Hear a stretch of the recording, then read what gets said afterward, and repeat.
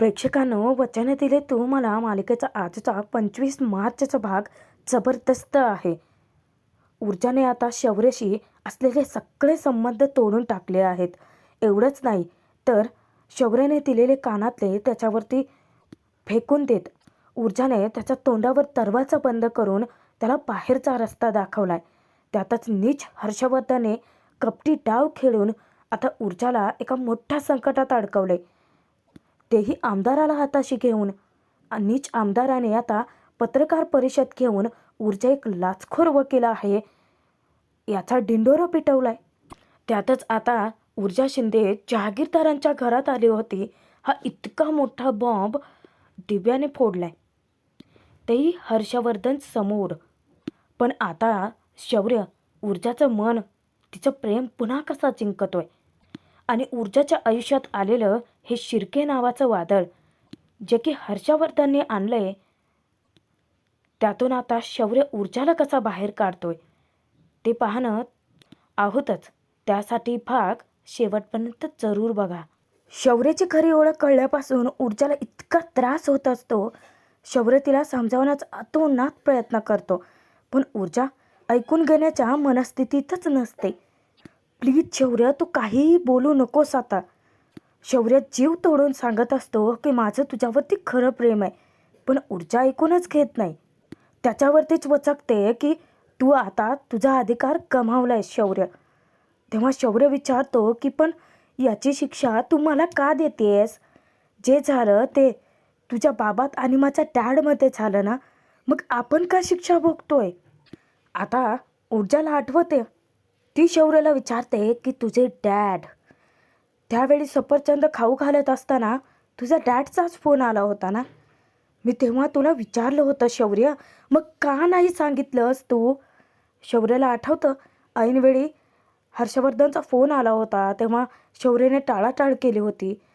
आता शौर्य सांगत असतो की मी तुला खूप वेळा सांगण्याचा प्रयत्न केला ऊर्जा, आता पण ऊर्जा जाम चिडते त्याच्यावरती. मुळात ना शौर्य, मीच मूर्ख होते. तुझ्यावरती विश्वास ठेवला मी. का मैत्री केली मी तुझ्याशी? ऊर्जाला प्रचंड पश्चातापही होतो. आता ऊर्जा स्पष्ट सांगून टाकते, याच्यानंतर माझा तुझ्या कुठल्याच गोष्टीवरती विश्वास बसणार नाही आहे शौर्य. आपल्यात जे होतं ते सगळं संपलंय आता. शौर्य पुरता हादरूनच जातो. शौर्य रडायला लागतो. तो ऊर्जाला समजावत असतो की प्लीज असं काही बोलू नकोस. ऊर्जा इतका त्रागा करून घेत असते स्वतःला. शौर्य तिला आपल्या बाजूने वळवतो आणि सांगतो की माझं खरं प्रेम आहे तुझ्यावरती. ऊर्जा चिडते. तुला सूड उगवायचं आहे का माझ्यावरती? हे सगळं करत असताना तुला जराही लाज नाही वाटली? जेव्हा मी तुला माझ्या मनातलं सगळं सांगत होते, आईबद्दल बाबाबद्दल सगळं काही बोलत होते, तेव्हा तुला एकदाही नाही वाटलं? जेव्हा मला खरं काय ते कळेल तेव्हा त्याचा मला किती त्रास होणार आहे. जेव्हा मला कळेल की तू हर्षवर्धनचा मुलगा आहे तेव्हा मला किती वाईट वाटणार आहे. आणि तरीही तुला असं वागताना लाज नाही वाटली? त्यावर शौर्य सांगतो की खूपदा वाटलं, पण सत्य सांगावेळी खूप भीती वाटली मला. ऊर्जा विचारते, कशाची? पकडली जाण्याची? तुझा पर्दाफाश होईल याची भीती वाटली? तुझा प्लॅन फसेल याची भीती वाटली ना तुला? ऊर्जाने आता शौर्याबद्दल इतके गैरसमज मनात ठेवलेले असतात. ऊर्जा शौर्याचं प्रेम समजून घेत नाही, उलट त्याच्यावरती आरोप लावते.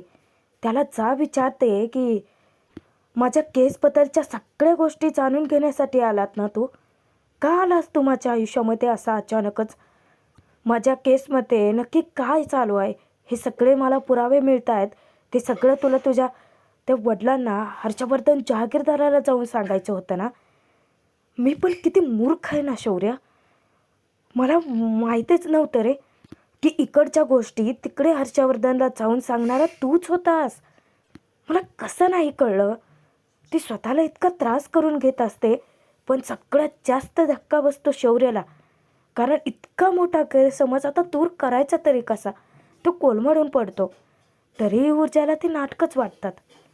शौर्याला ती म्हणते की बस करा रे तुझी नाटकं. शौर्य रडतच म्हणतो की तू मला खूप चुकीचं समजतेस ऊर्जा. ऊर्जा म्हणते की उलट आता माझे डोळे उघडलेत. तुझ्या मनात जर सगळं काही खरं असतं, तू जर माझ्यावर खरं प्रेम केलं असतं ना शौर्य, तर तू स्वतःहून मला खरं काय ते येऊन सांगितलं असतं. आजीला ज्याची भीती होती नेमकं तेच घडलेलं असतं. सत्य दुसऱ्या कोणाकडून तरी कळतं आणि ऊर्जाच्या मनात गैरसमजाचं वारं पसरतं. आता ऊर्जा इतकी चिडलेली असते की शौर्याचं ती काही ऐकून तर घेतच नाही.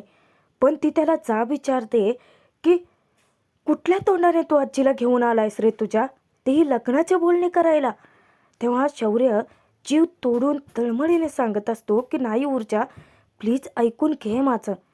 तेव्हा ऊर्जा विचारते की खोटं वागलास तू, खोटं बोललास माझ्याशी, माझ्या आईशी, माझ्या चाळीशी. माझ्या आयुष्याचं फक्त एकच ध्येय आहे शौर्य, हर्षवर्धन जहागीरदाराची बर्बादी. ज्या माणसामुळे मी माझे वडील गमावले, ज्याच्यामुळे मी लहानाची मोठी होताना सगळे हाल अपेष्टा फक्त संकटच बघितले आहेत ना, त्या माणसाला तर मी बर्बाद करेनच शौर्य. पण त्याच्याशी निगडीत असलेला प्रत्येक व्यक्ती हा माझा फक्त शत्रू असेल. आता ऊर्जाचं ते रौद्ररूप शौर्यानं पहिल्यानंच बघितलेलं असतं आणि तो शॉक होऊन जातो. आजपासून फक्त तू माझ्यासाठी हर्षवर्धन जहागीरदाराचाच मुलगा आहेस. शौर्य पुन्हा जीव तोडून समजावत राहतो की असं नको म्हणूस ऊर्जा, माझं खरं प्रेम आहे तुझ्यावरती आणि तुझंही आहे. तेव्हा ऊर्जा स्पष्ट सांगते आपल्यात कुठलं नातं नव्हतं शौर्य आणि नसेलही. तशीच ती रागाने त्यातून निघून जाते. शौर्याला असा धक्का बसलेला असतो, कारण हा गैरसमज दूर करायचा तरी कसा.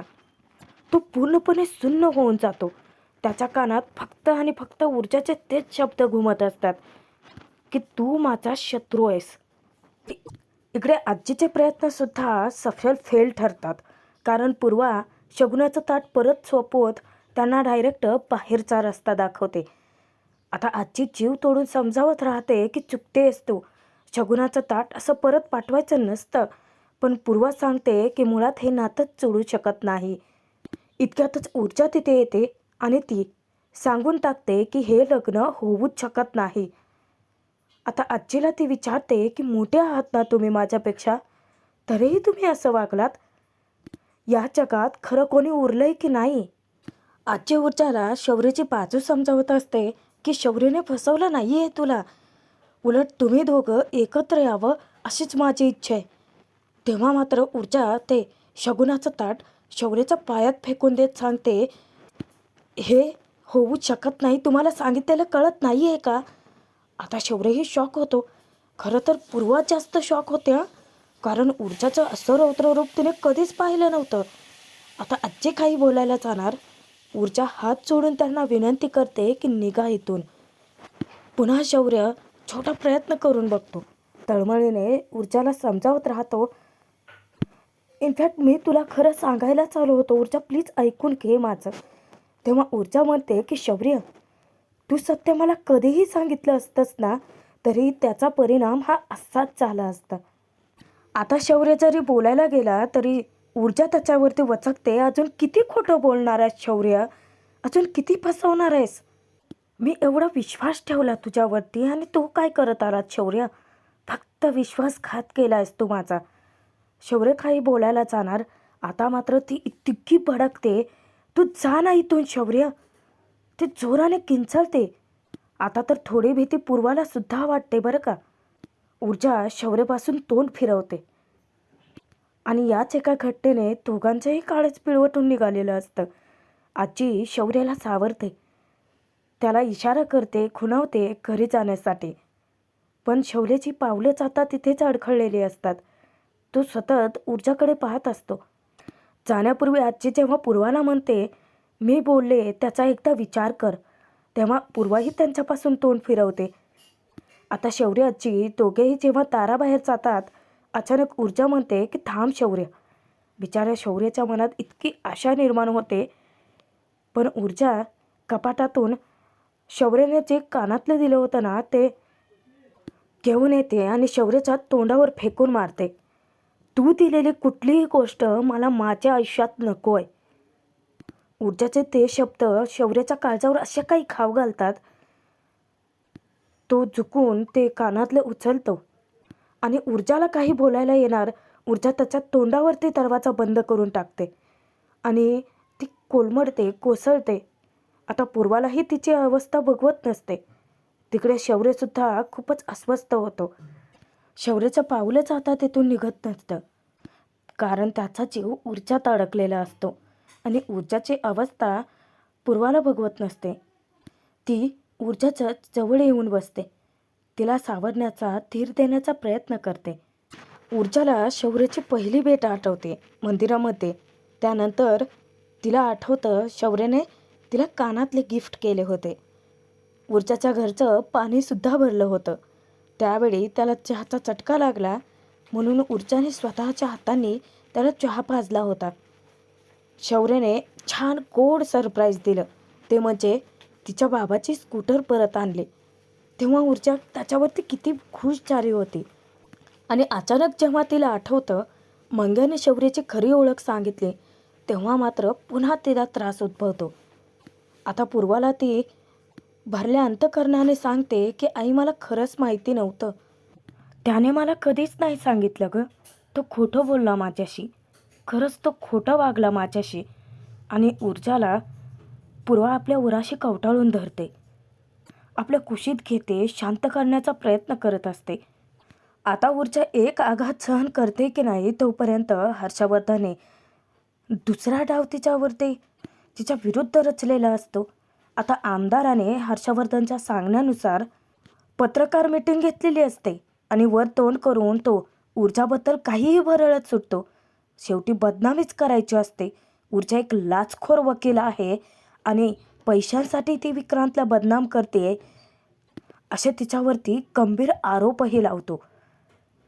जेव्हा पत्रकार विचारतात की पण हे सगळं ऊर्जा शिंदे का करतायत, तेव्हा तो म्हणतो की पैशांसाठी हो, दुसरं काय कारण असणार आहे.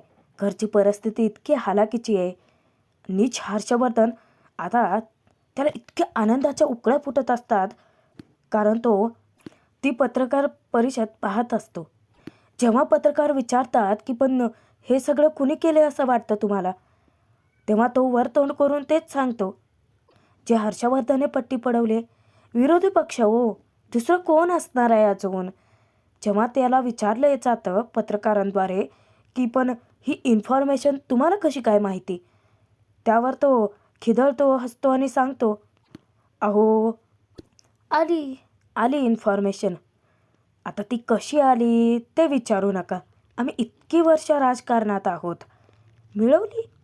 ऊर्जा शिंदेच्या अकाउंटला 5 लाख रुपये जमा झाले आहेत आणि हे सगळं कारस्थान माझ्या विक्रांतला बदनाम करण्यासाठीचं आहे. इकडे हर्षवर्धन गालातच हसून सगळी मजा बघत असतो. आता पत्रकार विचारतात की पण ऊर्जा शिंदेचे ते पैसे दुसरे कशासाठी तर असतील, हे कशावरून बोलताय तुम्ही. तेव्हा तो म्हणतो की आता हे शोधून काढायचं काम तुमचं आहे पत्रकार लोकांचं, पण आमच्या इन्फॉर्मेशनद्वारे तरी हे रुपये 5 लाख तिने विक्रांतला बदनाम करण्यासाठीच घेतलेत. बस. आमदार आरोप लावून मोकळा होतो. आता पत्रकार विचारतात की पण ऊर्जा शिंदेला जर पैसेच घ्यायचे होते तर तिने अकाउंटमध्ये का घेतलेत, असंही ती घेऊ शकली असती ना. त्यावर आमदार म्हणतो की अहो, अकाउंटमध्ये 5 लाख घेतलेत, अजून किती घेतले असतील कोणाला माहिती. माझा मुलगा विक्रांत शिर्के हा निर्दोष आहे. आता ऊर्जा शिंदेचे ने घेतलेले किती आहेत अजून पैसे, ते शोधण्याचं काम तुम्हा लोकांचं, पत्रकारांचं, पोलिसांचं आहे ना. ते आम्ही कशी करणार. हात जोडून निरागस चेहरा करत आमदार नाटकं कशी करतो बघा. तो पत्रकारांना सांगतो की आमचा विक्रांत निर्दोष आहे, उगाच त्याला या प्रकरणात कोवण्यात येते. तिकडे हर्षवर्धन आनंदाने नुसते उड्या मारत असतो. करेक्ट बोलला हा शिर्के, पण आता हे प्रकरण माझ्यासाठी काम करेल. आता त्या शिर्केला हे लग्न पुढे ढकलावंच लागेल. आता थोड्या काळासाठी का असेना, पण त्या शिर्केच्या डोक्यावरचं लग्नाचं भूत उतरेल आणि विक्रांत तीर्थाच्या लग्नाचा तर सध्या तरी विचार करणार नाही. हर्षवर्धन खूपच खुश असतो प्लॅन करून, पण इकडे बिचारा शौर्य, इतकी बेकार हालत आहे ना याची. त्याला ऊर्जाला जसे पहिल्या भेटीपासूनचे प्रसंग आठवत असतात, अगदी शौर्याला सुद्धा आठवतात. त्यांची पहिली भेट झाली. शौर्याने ऊर्जाला कानातले गिफ्ट केले. हळूहळू त्यांची मैत्री वाढत गेली आणि अचानक आठवतं म्हणजे आजचा घडलेला प्रसंग. ऊर्जाने स्वतः शौर्याला तिच्या आयुष्यातून दूर ढकललं. त्याने दिलेले कानातले सुद्धा तिने त्याच्या तोंडावर फेकले. त्याच्या तोंडावरती दरवाजा बंद करून टाकला. त्याला इतकं त्रास होत असतो त्या सगळ्या गोष्टींचा. तिकडे ऊर्जाचा जीव होरपळत असतो. तिला वाटत असतं की शौर्याने विश्वासघात केला आणि इकडे ऊर्जाच्या मनातले गैरसमज आहेत म्हणून शौर्याचा जीव होरपळत असतो. आजीच्या मांडीवरती डोकं ठेवून तो इतका घळाघळा रडायला लागतो. प्रेक्षकांनो, भाग इथेच संपतोय, पण पुढील भागात मात्र मोठा ट्विस्ट आलाय बरं का. कारण दिव्याने शेवटी जहागीरदारांच्या घरात मोठा बॉम्ब फोडलाय. ती आता मुद्दामच म्हणते की लग्न का ठरतं मला कळत नाही. माझी बहीण या घरात येऊन जाते ते मला कळत नाही. हर्षवर्धन धक्क्याने विचारतो की तुझी बहीण म्हणजे? ती म्हणते की ऊर्जा शिंदे. आता तो ताडकन उठतो आणि विचारतो की ऊर्जा शिंदे इथे आली होती? दिव्या चोंबडेपणा करते, सांगून टाकते की हो, सासूबाई स्वतःच घेऊन आल्या होत्या घरात. आता विजयाला ज्याची भीती होते नेमकं तेच घडून बसतं. तिकडे ऊर्जा प्रचंड चवताळलेली असते. शगुनाचं ताट ती बाहेर रस्त्यावरती फेकून देत पूर्वाला सांगते की त्या घरातल्या प्रत्येक वस्तूची जागा इथेच आहे, बाहेर रस्त्यावरती. आता शौर्य ऊर्जाच्या नात्यामध्ये खूपच मोठी दरार आली आहे आणि तिकडून त्या हर्षवर्धनने मोठं वादळच आणलंय की. आता या सगळ्या संकटातून ऊर्जा कशी बाहेर पडेल? शौर्य तिला मदत करेल का? आणि पुन्हा त्यांचं नातं बहरेल का? ते कसं? प्रवास पाहण्यासाठी सबस्क्राईब करून